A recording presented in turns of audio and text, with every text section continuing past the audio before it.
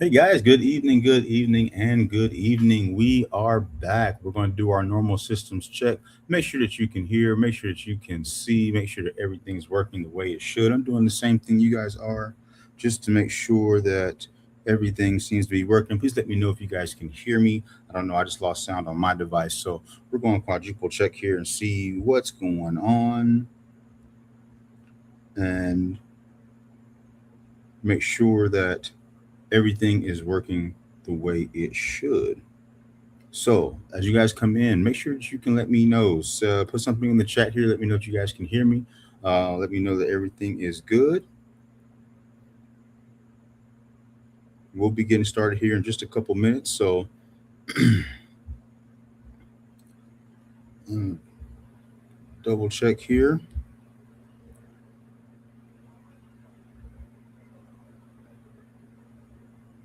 Let's see what's happening.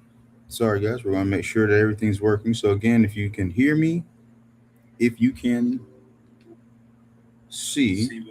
All right. All right. All right, guys, we're going to get started here in just 1 minute. So, again, New Life, thank you so much for being here. Our midweek refuel. We're going to get into something that's going to be a little bit unique. We've been talking about commitment and this commitment series. And it got me thinking about something that perhaps we don't discuss enough. Perhaps this is something that I only think about in this context. But today's lesson is that commitment is corny. So, before you. Give me the side eye. And before you think, what on earth is Pastor talking about tonight? Well, you know, I like to be provocative. You know, I like to be engaging. You know, I want to try and challenge you and make you think about things a little bit different.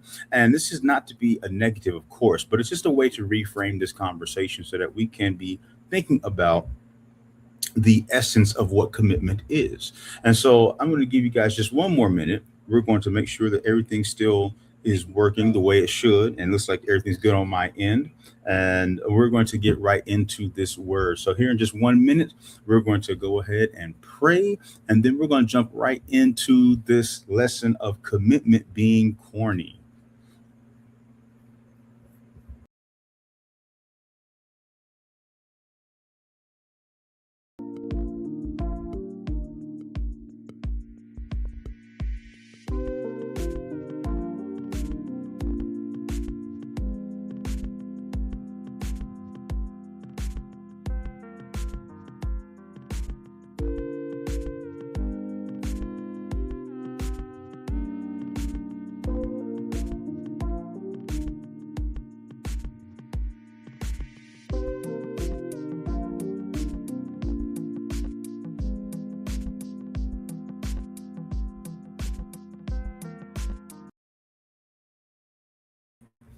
All right, guys, we are back and we're going to get right into our lesson about commitment being corny. This is going to be a fun one. This is going to be something that's going to be intriguing, I believe. And it's just the way that I was thinking about it the other day when it came to me. And I was like, man, you know what? We don't talk about that. So let's go ahead and pray. And we're going to jump right into this. Father God, we thank you for tonight. We thank you for this opportunity. We thank you for this platform. We thank you for new life and all the things that are happening, all the things that are going on, the expansion that is happening there in not only in New Jersey, but also here in our virtual sanctuary and our virtual platform. Master, you just continue to keep all of our leaders in protected, keep the hedge protection around them and their families. Continue to give us the courage to do what you called us to do in this season. And ask that you will just be with everyone who's going to be listening now and listening later. Ask that you just speak to me, speak through me, that I may give what you have imparted into me to give to these your people this evening. We ask all these things in Jesus' name. Amen and amen. So, guys, yeah, commitment is corny. And what got me thinking about this was when this concept came to me, I immediately thought about a time in my professional career when I had gotten promoted from engineering into operations and strategic planning. And when I was talking to my vice president, he was like, now listen, let me tell you, this position isn't sexy. This position isn't um, out front. This position is not something that's going to get a lot of applause. As a matter of fact, you're probably going to get a lot of frustration because of the nature of the position, and you're going to get a lot of pushback, and meetings are going to be difficult, and what have you. And he was like, you know, just be ready to persevere and push through this because this is not a glamorous position, but it was a super important one. And so that's what I want us to frame this conversation around tonight. That commitment is corny, and when I mean corny, we're talking about the societal standards, right? We're talking about in a culture and a time where we are committed, we are addicted, not committed, addicted to the hype. We are addicted to instant gratification. We are addicted to constant dopamine hits, right? So I mean, we're constantly strolling. We're constantly being fed information. We're constantly being overexposed, and we are constantly having our nervous system on high alert. It's spiking all the time, right? And because of that, we look at a concept like commitment and we think, meh, that's not anything that's really important. Meh, we don't have to do that. Meh, that's kind of boring, right? And the reason why society feels that way is because there are some things that commitment requires that aren't glamorous. There's some things that commitment requires that we don't often enjoy. There's some things that commitment requires that have you having to slow down and think and reframe and rewire yourselves. And so, just like when my VP was talking to me about that position, when we talk about commitment, yeah, it is corny, but not in the way that you think. This is a good thing because oftentimes what ends up happening is we are allowing society to dictate how we should maneuver as believers. We are having society tell us how we should operate as a body. We are letting society tell us how we should move and how we should speak and how we should behave when in fact it should be the other way around. So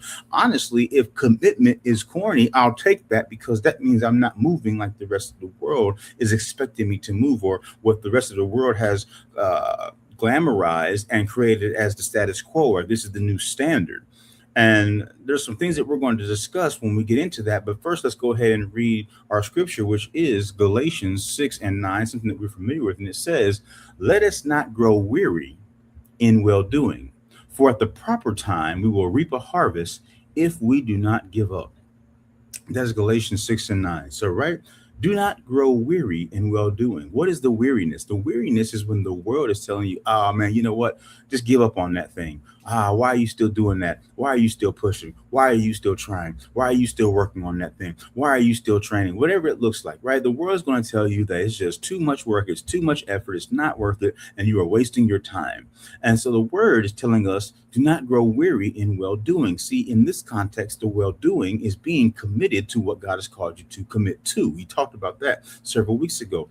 Being committed, being dedicated, being focused, being intentional, putting your energy into what God has called you to sow into, right? Because it says you will reap a harvest if we not give up. So when God's asked you to sow yourself into something or into someone, he's saying that there's going to be a harvest and that harvest is going to be great, but we just cannot give up. You see, commitment requires us to stay in even when it's uncomfortable. It requires us to stay in even when we don't want to. I've been there plenty of times where I was like, you know what, this is bollocks. I don't want to deal with this anymore. I don't want to deal with this person. I don't want to be in this situation. I don't want to do this organization. I don't want to be in this job. Whatever it looks like. I can go down a list of opportunities that have presented themselves where I was like, this ain't it.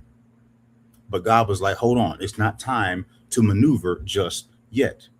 It's not time for things to shift and change just yet. It's like I talked about this morning in my video. God is operating and moving and orchestrating things behind the scenes. And if we move prematurely, that means we are not mature enough to deal with whatever is going on, either emotionally, mentally, psychologically, maybe physically, whatever God has called us to do. Maybe it requires actual physical strength or endurance, and we can't do that because we are not yet mature enough. And so what we're saying here is that if you do not grow weary in well doing and staying committed and focused and intentional, there's going to be a harvest. But see, the thing about the commitment, and we're going to jump right into the 5 points, is that the commitment and the work behind the commitment isn't glamorous. It doesn't really get applause. It goes unnoticed quite often. This is that behind the scenes work. This is that work that people don't like to talk about because it's difficult. They don't want to do it because it's hard. But this is the work that commitment requires. And in that requirement, we have to stay focused and we have to stay consistent. And so, point number one is that commitment is repetitive and repetition is rarely celebrated, right? What do we talk about? And you've heard me talk about this quite often, is that a lot of people see someone's day 30 and they think, you know what? I can do that. And I'm not saying that they can't, but they didn't see days 1 through 29. They didn't see the days in between where the person almost wanted to quit. They didn't see the day in between when they had to fight through it, when they had to persevere, even when they really wanted to give up, when they were in tears, when they were hurting, when they were in pain, when they didn't really want to continue to move in that direction. We didn't see days 1 through 29. We just see day 30, the harvest. And so we have to be careful that when we talk about commitment, we're talking about the fact that this calls for re- repetitive activity. This is things that we have to do on a very regular basis, right? This is the thing that happens when no one else is looking. We talk about social media, and what is that? That's the highlight reel, right? Social media is when everything looks good, when the camera's right, when the lighting is right, when the angle is right, when the outfit is right, when everything lines up just perfectly. Snap, take the picture, shoot the video, now let's post it.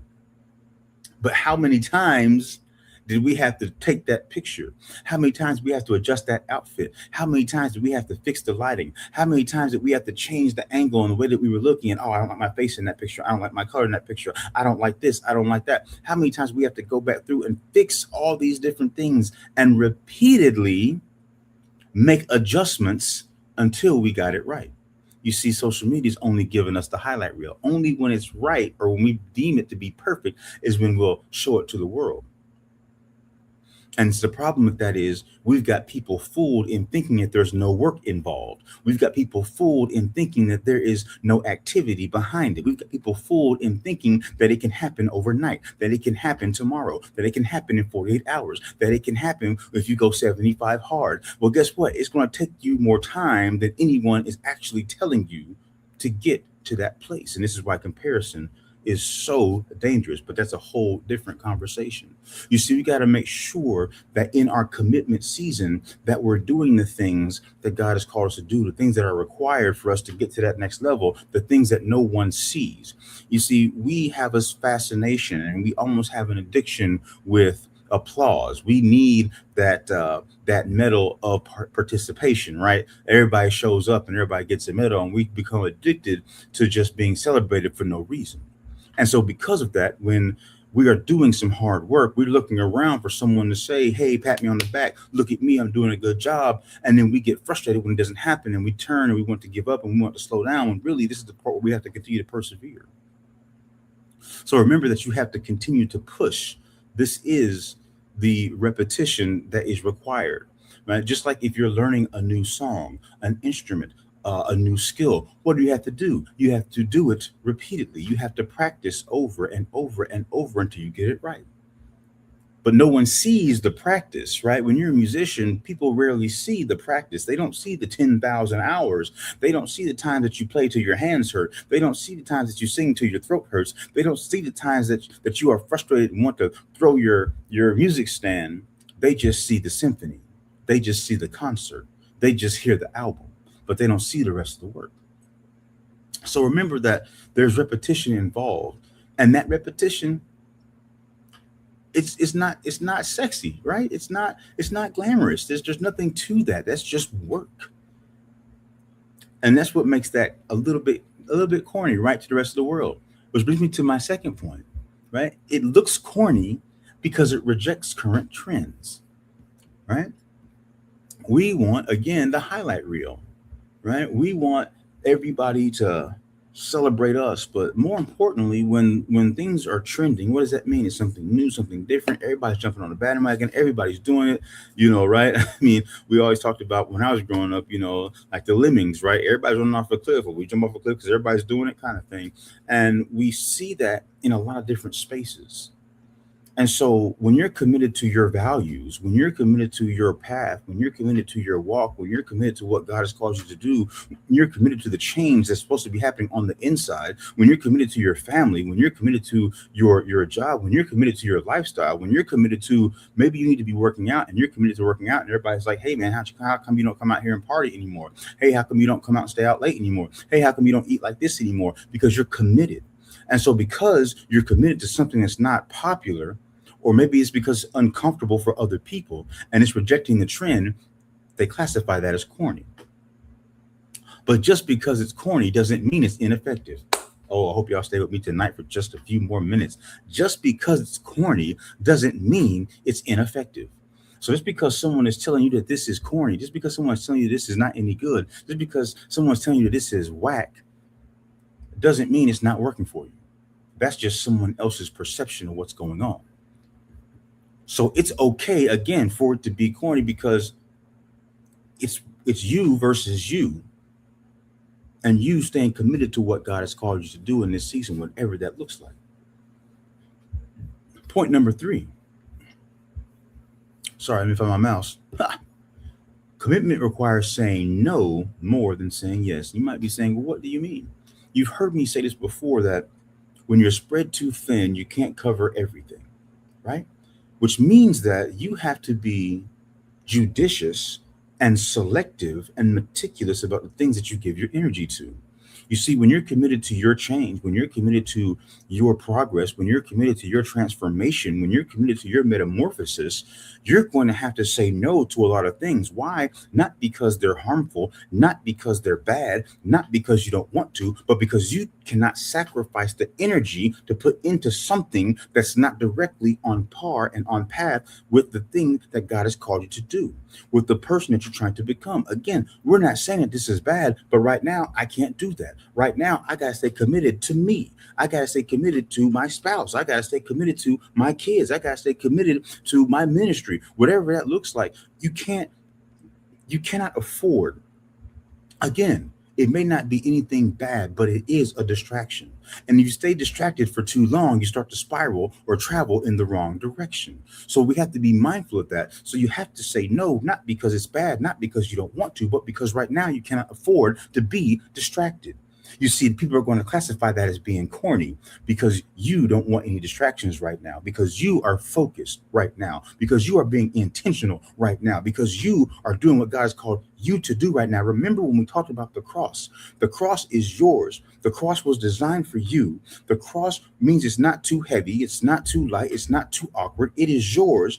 You have the capacity to carry it, but guess what you can't do? You can't carry a cross while you're trying to hold up something else. You can't be distracted in this season. And so we're not saying that being committed means you can't have fun. We're not saying that being committed can't allow you joy and fun and entertainment and being able to experience all of what life is, the human experience in its totality. But what we are saying is when it's time to get to business, when it's time to be about our Father's business, when it's time to be about your business, when it's time to be about whatever God has called you to do in this season, whatever door he's trying to open for you, you've got to say no to some things so you can put your energy into that direction. See, your trajectory is tied to where your energy is going.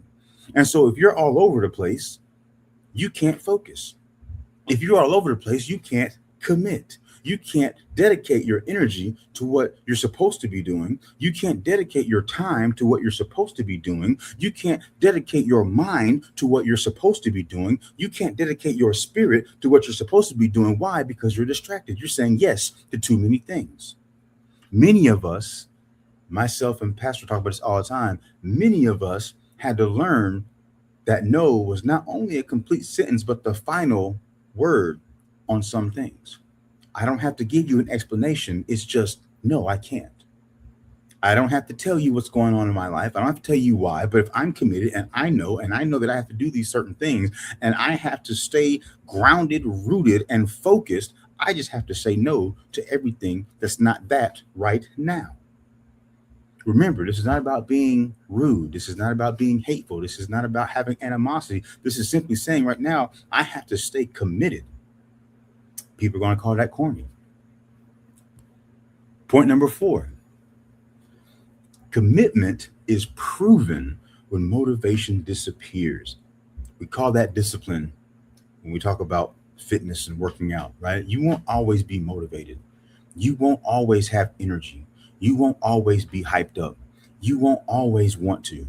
But this is where your commitment to yourself, your dedication, and your discipline comes in. You guys heard me talk about discipline is the word for me for 2026.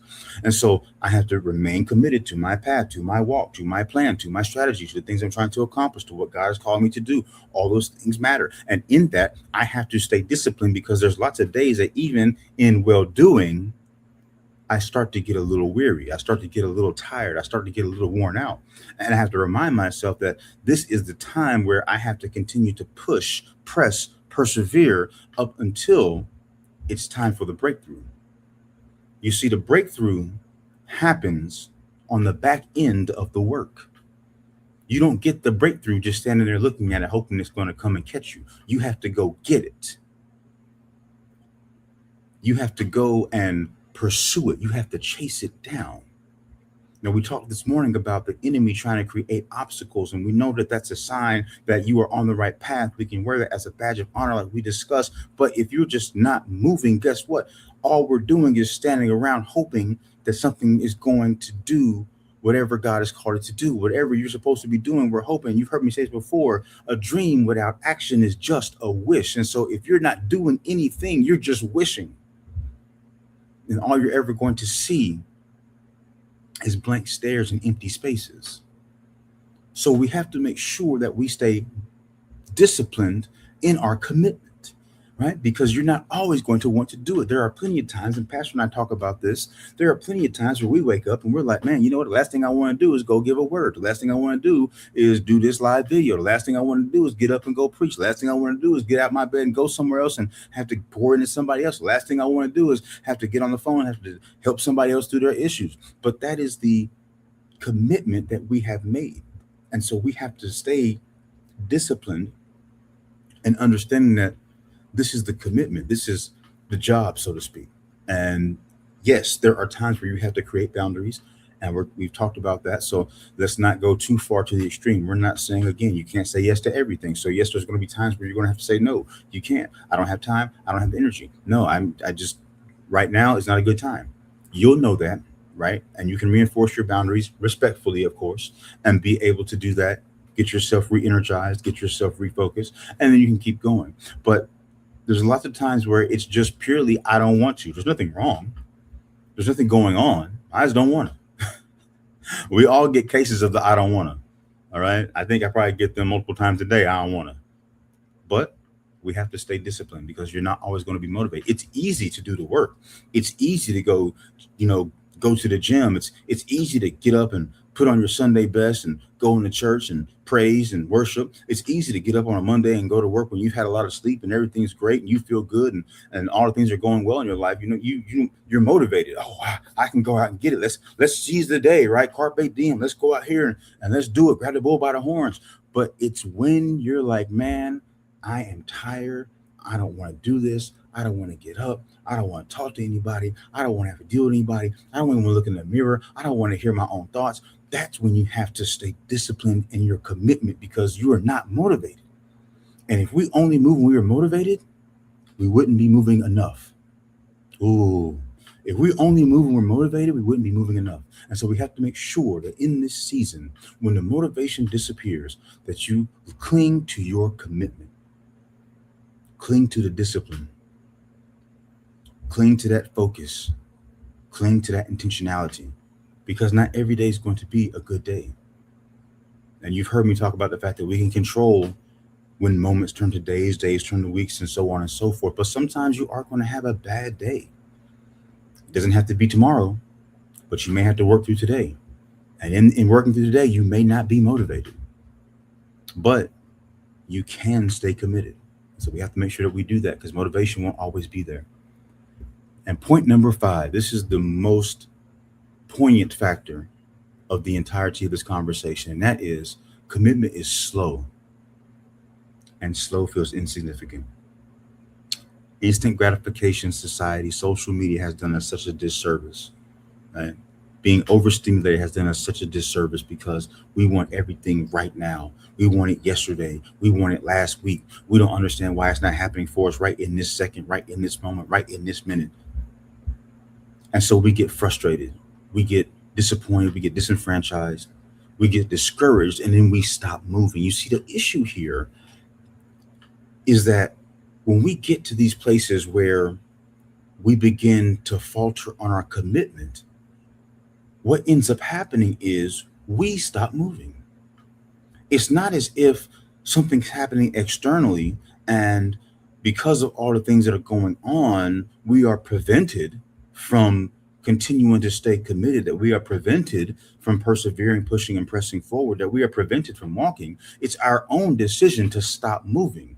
We become the biggest impediment. See, we internalize the commitment, the slow process, the no applause, the no accolades, the slow movement, the patience, the peace. We internalize that as being something negative because we are so used to getting whatever we want all the time. It's always in our face every single day. We pick up the phone, everything's going on. There's always something happening. You're always getting a notification. Something's always going off. We wear these wearables. Your wrist is always vibrating. There's always a stimulus. And so we are so accustomed to being stimulated that when things are moving at a pace that seems like pedestrian,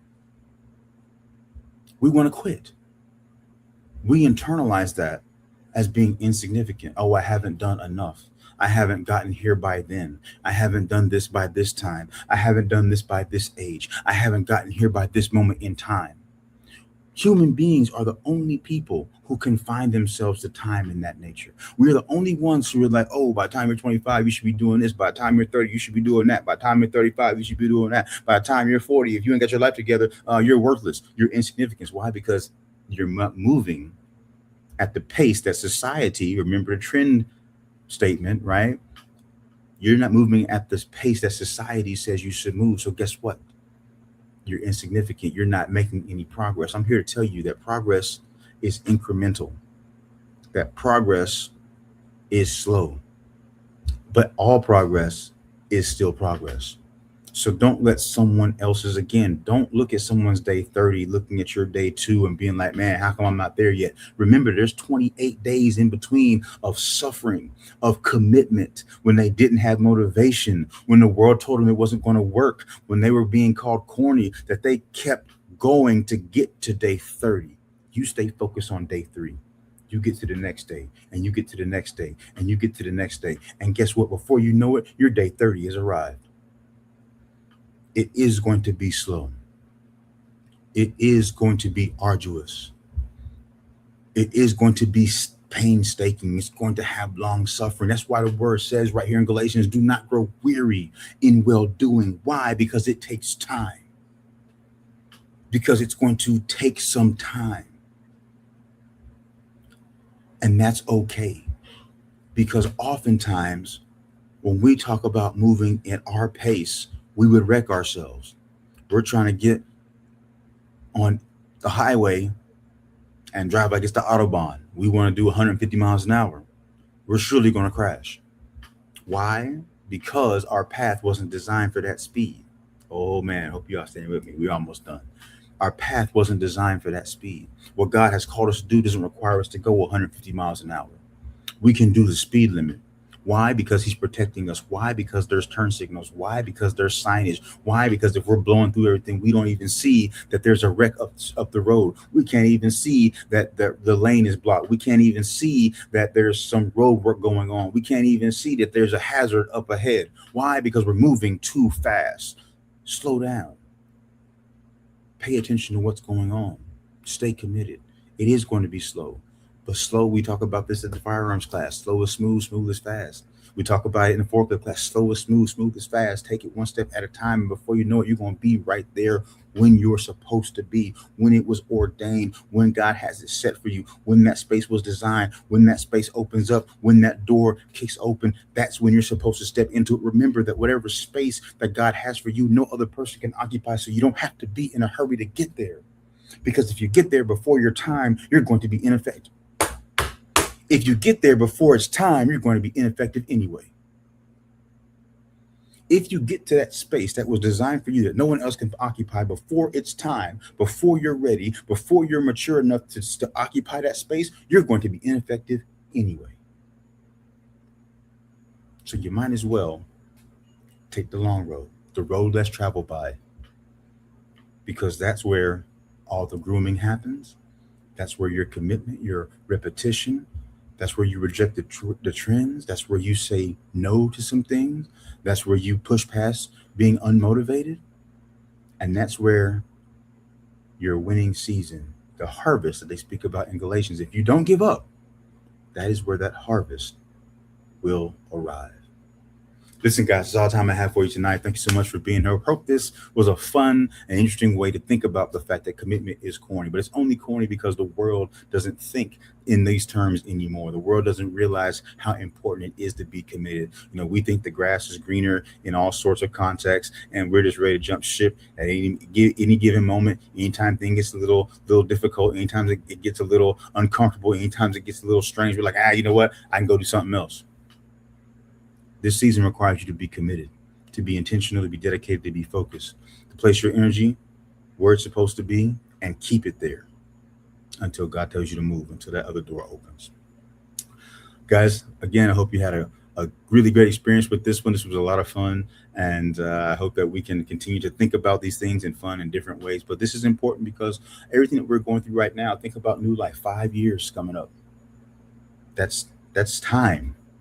That's not short time.